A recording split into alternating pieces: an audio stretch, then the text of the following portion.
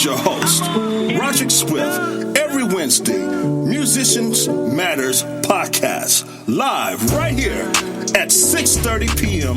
Pacific Standard Time, 9:30 p.m. Eastern Standard Time on Positive Power, 21 Christian Media, LLC. Let's go! Yes, welcome to another show of Musicians Matters. This show is dedicated to Vernell Brown Jr. on today. If you missed any of our podcasts, you can go to Positive Power 21 Christian Media LLC on the Weekend Channel, or Spotify, or Google Play, or Spreaker, etc., or my website, DrummersUnitedInternational.com. Tap in on Musicians Matters podcast. Let's welcome our guest, Charles Walt Robinson. What's going on, bro? Oh, look, hey, Rodney, how's everything going? Everything's going on well. Yeah. How's your day? Thank you so much for having me on this call. Yeah, it's always a pleasure talking to one of my brothers. Let's just talk. Let's go right up into the music. How did you start into the music? Okay, my start in the music. So, I come from a family of musicians, growing up in the church and everything. And also too, my dad was in the military, so I moved around a lot, so some of those initial influences just from growing up in church weren't necessarily there, but I was exposed to the church, so that's really what kind of got me into music first. Awesome. Specifically playing piano and the organ. We already know that you're always a beast on the keys and the organ. Let's talk about your brass. What people don't know about. Okay, so I play sax also. So my time coming up playing the keyboard, piano, and sax, it all basically happened at the same time. So for me, around that time, it was kind of hard to try to get people to show me the different stuff, just as far as good gospel songs and stuff like that I knew that I wanted to learn and I needed to learn. So what I ended up doing is while I was in middle school band, the music that I learned on my saxophone, I took that same music home and I practiced it on the saxophone, and I also practiced it on the piano, keyboard. So by the time I was going to college, by the time I went to college, I was just as proficient on my saxophone as I was playing the piano and actually being able to read music. Amazing. So, where can you see your career in, the music career, 10 years from now? Okay, as you all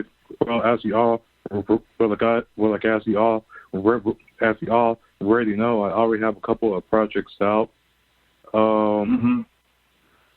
Probably next 5 to 10 years, hopefully sooner. I would like to get a live band out versus doing music in a studio like I've been doing. Partly just because I've been working overseas for so long, that's just always worked out for me best.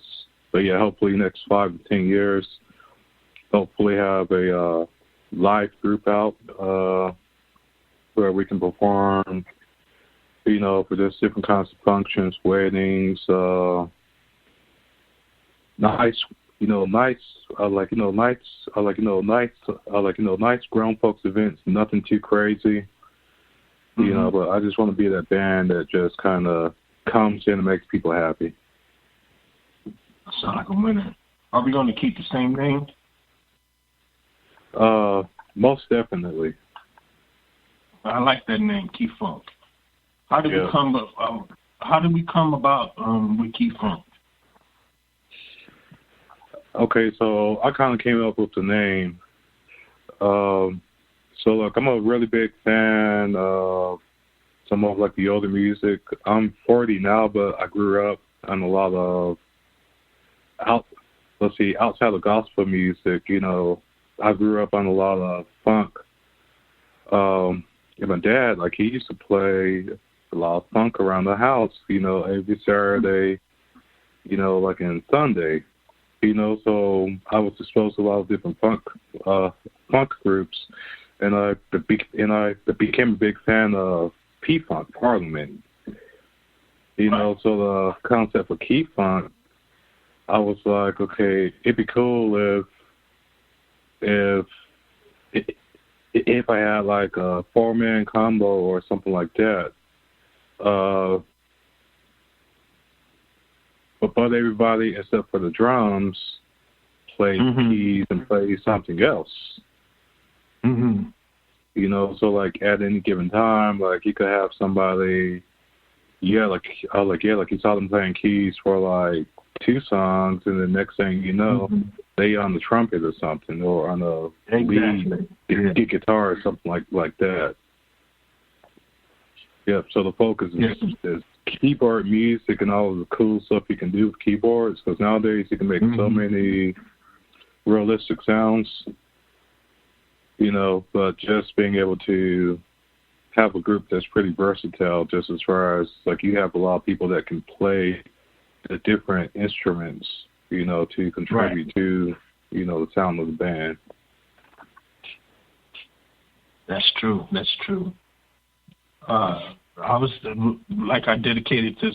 We dedicated this session to Larnell Lewis. How do you feel with the atmosphere when he came around, when he came around with our group? He always. He always. Well, like it's like Larnell. I mean, yes, he's a legendary musician.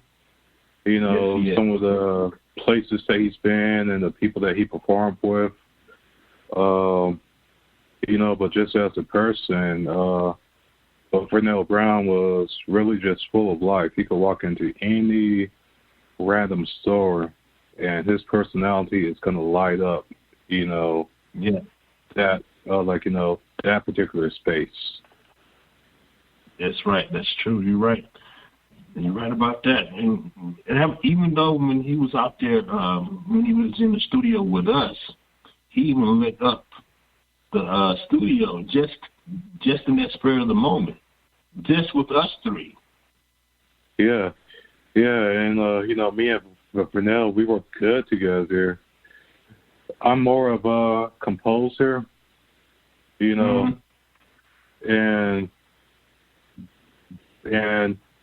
Larnell, he's a soloist all the way, Yes. Yes. So like we work together good, because I would kind of come up with different kind of concepts and sounds, and then but Larnell will basically play on top of that with whatever he felt inspired by around that time, So yeah, the vibe was really good, and of course he on drums, keeping it in the pocket, keeping things tight. So yeah, the last time that all 3 of us were all in one place, that was a really great experience. Yeah. Yes, they do have the Mr. Talkbox, but when it comes with Larnell, when he's on the keys, he makes them keys talk, and he actually talks with the keys. That was a great experience just to see that happen. You know what I'm talking about? Yep. I know exactly what you're talking about. So Pernell, from time to time, he will question me, right? So, like, you have perfect pitch, and then you have relative pitch. Okay, so perfect pitch, for those that are not familiar with perfect pitch, is you can actually hear the note that somebody's playing. So if somebody's playing a G, you know for a fact that that's a G because your ear is attuned to hear all of those pitches. So perfect pitch. So when, like you say that he was singing what he was playing, yes, he was actually singing note by note as he played those notes. You know, so that was pretty cool to kind of see, you know. That is very cool. As far as your projects, tell the community in the world about your projects, what you got and what you got going on. Okay, so as you know, Pernell, I spent a lot of time overseas in like the Middle East. So my last couple of albums I actually made while I was outside the country, in like a little home studio setup.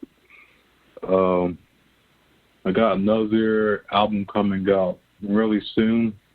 I don't have a release date yet. The name of it is The Planets. It's going to be instrumental jazz. You hear me playing both the keyboard and the saxophone on the different songs on the album. And I'm looking for a spoken word artist too. I have a few people in mind. I just haven't locked them in yet.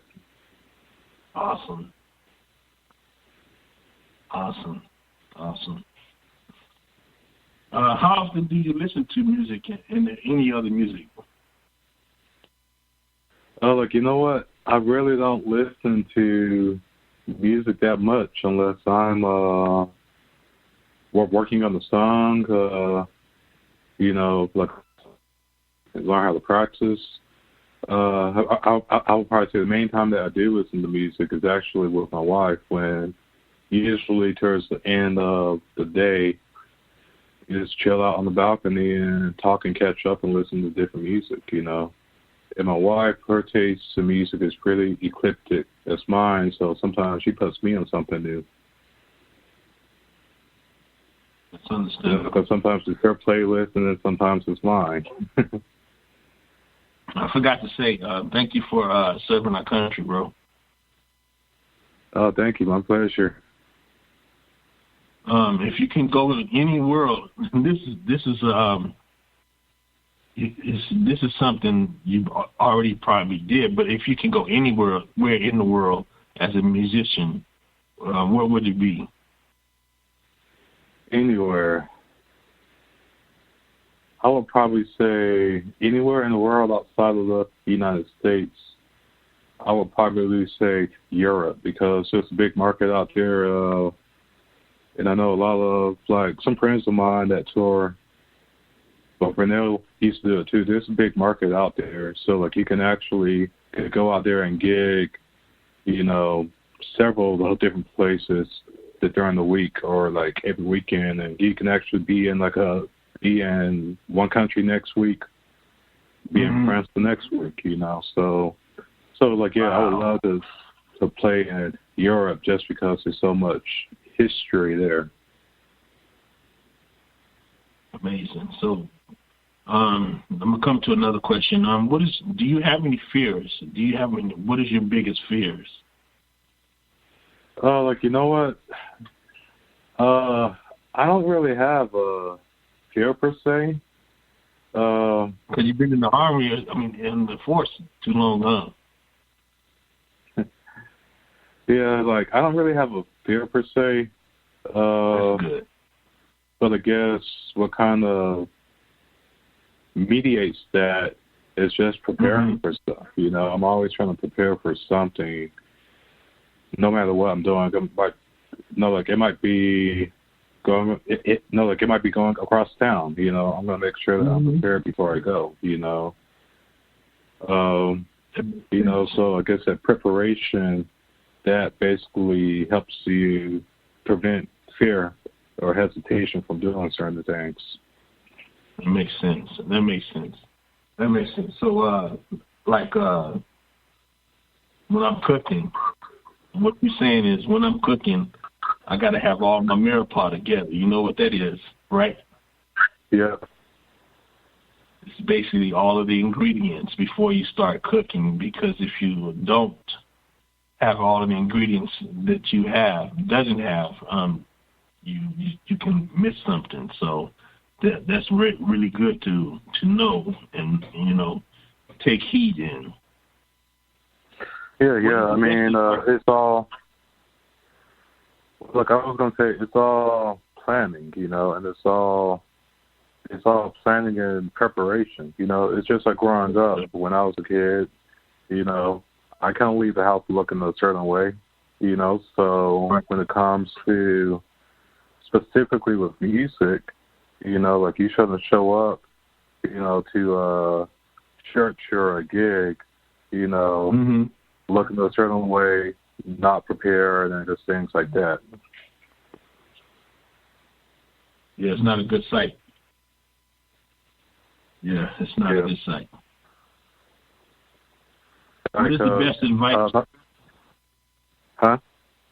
What is the best advice to give to a musician? Let's see, like the best advice. Best advice, yeah, advice.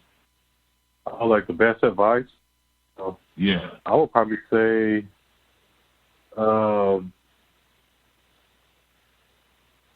let's see, I would probably say that I would probably tell people, especially musicians that are kind of just now coming up, learning and everything, to make sure that you learn a little music theory to go along with what you may be picking up by ear, because those two things kind of work hand in hand, knowing some basics of music theory, knowing the different modes, and having that go along with an ear to actually hear, but being able to put that down on paper. Good word. What do you have any favorite songs? Name some of your few favorite songs that you have. Let's see, favorite songs. Man, I got so many. Just different. All right, listen. Give me two in the gospel range. Give me two in the secular range. And give me two that's like jazz, besides your own, because you got a lot that I like in jazz. Oh my goodness. Okay. Let's see, gospel. I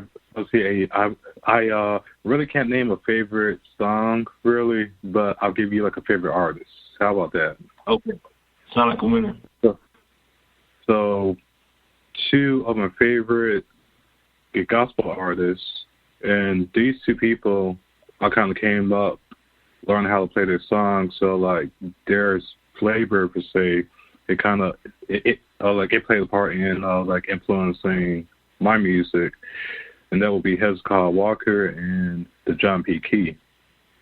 You named some of the best two. Yeah, and. Let's see. I know you said two, but like I got Joy and Kirk Franklin too. In that mix. Especially coming up, learning how to play. I was playing all of those early Kirk Franklin songs, Silver and Gold, He's Able, all of that stuff. When I was like 14. Back when I was first out. Let's see. For secular music. Let's see. I'm a big fan of Prince as a musician. Let's see. I would probably say another person that I'm a fan of. let's see, in the secular world, like I said, I already mentioned Parliament, so I'll just say Parliament again, just for secular music. And then for jazz, let's see. Lately, what I've been listening to is a lot of what I've been listening to jazz-wise is a lot of Kameshie Washington and Elon Troutman so far. Sounds like that's a.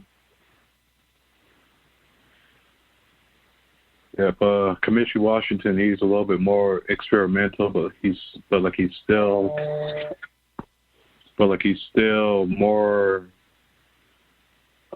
of a jazzer per se. Where Elon Troutman, he's more on the smooth jazz side of things. That's awesome. That's awesome. How do you rest your mind off of days off of work, hard work? Okay, now what was that last thing? How do you rest your mind off of a days of work? So you say when I get off of work, I just get up, take a shower, relax, watch a little what they call it, not Steve Harvey, but the Family Feud or any of the game shows. So how do you rest your mind? Well, for one, I always leave work at work and home at home, per se. Usually once I'm off work, I'm either at home practicing something, music-wise or composing, or I'm sitting back binge watching something, or just basically spending your basic family time. Okay, awesome. Check this out. This is not in the questions, but on Spotify, let the world or the community know which CD or CD that they can go to that you really like of yours that they can go to and listen to. Okay, let's see. On Spotify or any given platform, because I'm on Apple Music, Pandora, YouTube, all of that. I would probably say look up Charles Robinson Supermoon and Charles Robinson Far Out. I think people will really like that song. Those two songs. Supermoon? Yes, sir. Supermoon and Far Out. Okay, Far Out. Okay, awesome. That's awesome. That's really good. How would you handle it if you made a mistake in your session?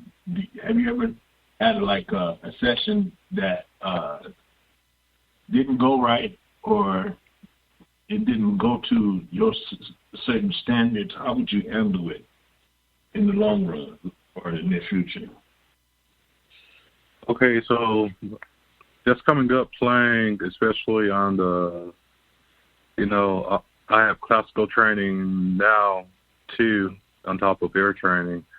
But the way that we always used to practice, whether it be me playing in middle school band, high school band, or even college band, if you make a mistake, keep going. And the reason why is you practice the way that you perform. So it's human nature when you're at a session or you're trying to practice on something, you make one mistake, you want to go back from the start and try to fix it. But it's actually better to just keep going and then just come back once you finish the entire section that you're working on or the song and just clean up that part that you need to work on. Amazing. Yeah. And then, you're going to make mistakes.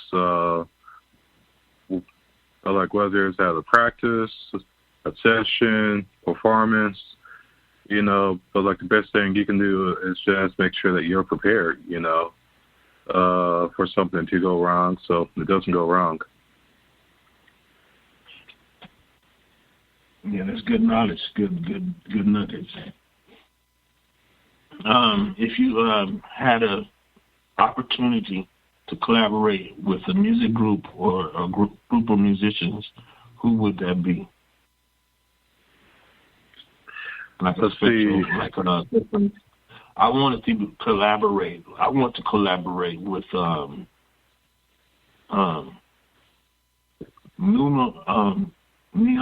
You heard of him before? Yeah, like I've heard of Leon. Yeah, he's a bass guitarist. He's really awesome. I want to collaborate with Beast. He's one of the bass. No, excuse me. He plays bass, but he's one of the. He's the best drummer that I ever seen. He plays for Ricky Dillard.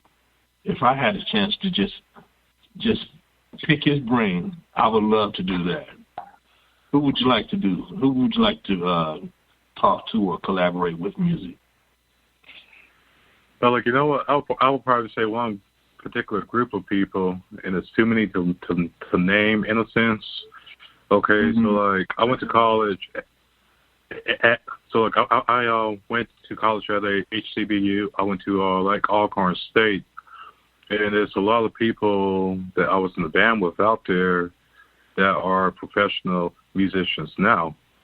So some of those people that I went to college with, I would love to I guess come up with a collective one day, and we all just hook together, and we all just hook up, and we put something together. Mhm. Amazing. So, what good advice would you give to any musicians if they just started their career? Be humble. Ooh, that is really good. Be humble. Yeah, reason why I say ooh to that, because there's a lot of people that's in this world that you can't really say nothing to. But yeah. If you stay humble and being in God's eyesight, that I'm just human. I can handle whatever you put in my face, God, and I'm gonna let you be the one that's guiding my footsteps. You can take the world, if you're being humble. That's really good, really good. Yeah, absolutely. And then it's to me, something that comes with being humble is not being afraid to help people, right? Okay. Okay, so it's when I was when I was coming up playing, okay, trying to learn and all of that stuff, right? Okay. Mm-hmm. And the situation was, I learned a lot from people my age, and I kind of found with some musicians that they don't want to share because they're afraid of somebody taking their job, but when you're humble, all of that goes out the window. That you're serving or you're performing well with a particular band or church, Mm-hmm. So you're humble enough to go help that person out, and you're not worried about, oh well, so and so trying to take my job, or whatever, because you're all ego isn't there. That's true. That's good. That's really good. I know that you have experience with studio experience. So how do you like working with click tracks? I personally don't like to work with click tracks. For real? Yep. Yep. I mean, if I have a live drummer, then then I really don't really even worry about using click tracks. And typically, I do have a live drummer with me. Now, when I'm in my place making my own music, or there's been situations where I had to make backing tracks and stuff because I'm playing at a place and I know it's just gonna be me. So in situations like that, I might use a drum sample, or a click track just to get through it. But yeah, I prefer not to because it kind of makes, to me, and I know some people love click tracks, but to me it kind of makes the song a little stiff. Now, it fills up a song too, but to me the trade-off is it kind of locks you in. Good, really good.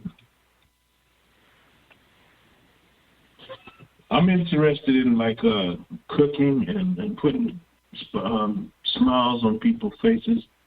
What best interests you when you what do you like doing? What did I like doing? I've always been a people person. Let's see. Something that I do like doing is volunteer work whenever I can. So hopefully, while I'm still in the States for the next month or so, I can maybe get something in on that respect. And I like to try to stay a little physically active, Mm-hmm. So I'm not what type of volunteer work do you like to do? What type of volunteer work do you like to do? Mainly weightlifting or hiking and stuff like that. Okay. Awesome. What do you have to, as we come into a close, what do you have to say to the world positively? What do I have to say to the world possibly? Yeah, just keep your head up. Right now, there's a lot of crazy stuff going on in the world, just keep your head up, and if you're feeling down, music is a good avenue to go to, when you're having a bad day, or sometimes you just need a little pick-me-up, that's the magic of music. That's good. That's really good. What platforms can they be reaching? Can they look you up at? Okay, virtually any place that you can download music, such as Apple Music, Spotify, Pandora. You can find me on on Amazon Music, YouTube, anywhere. Under just Charles Robinson? Yep, Charles Robinson. Now, awesome. Here's a fun fact. Ray Charles, his full name is Ray Charles Robinson, but his performance name was Ray Charles. So a lot of times, if you search for Charles Robinson, Ray Charles comes up first, and then I'll come up second. Okay, that's weird. Awesome. That as we come into a close, you always welcome to this platform. The Musicians Matters. You can come on this platform anytime. I would like to thank Jerry Royce. He always get me when I say that. Jerry Royce, live, Positive Power, Christian Media, LLC, for being there as a true brother and a true friend in Christ. And I would like to thank Tyler Gaston, the Gas Station Recording Studio, for all of my engineering work that's done for this show. Besides my mentor, I got two engineers that's in my life. Architect. It's unbelievable that's been there for me. Jerry Royce and Tyler Gaston. Next week, our guest will be Bruce Hopper. If you want to know big about big bands, jazz, and everything that you can name of, we're going to be talking about big bands, jazz music. We're going to talk about rhythm music. We're going to talk about everything. He's going to be on the show next week. His name is Bruce Hopper. So it says, now faith is the substance of things hoped for and the evidence of things not seen. Hebrews 11:1, King James Version. Peace and be blessed. Join me as your host, Roderick Swift, every Wednesday, Musicians Matters Podcast, live right here at 6:30 p.m. Pacific Standard Time, 9:30 p.m. Eastern Standard Time on Positive Power, 21 Christian Media, LLC. Let's go! You're listening to Dear Live Worldwide Podcast.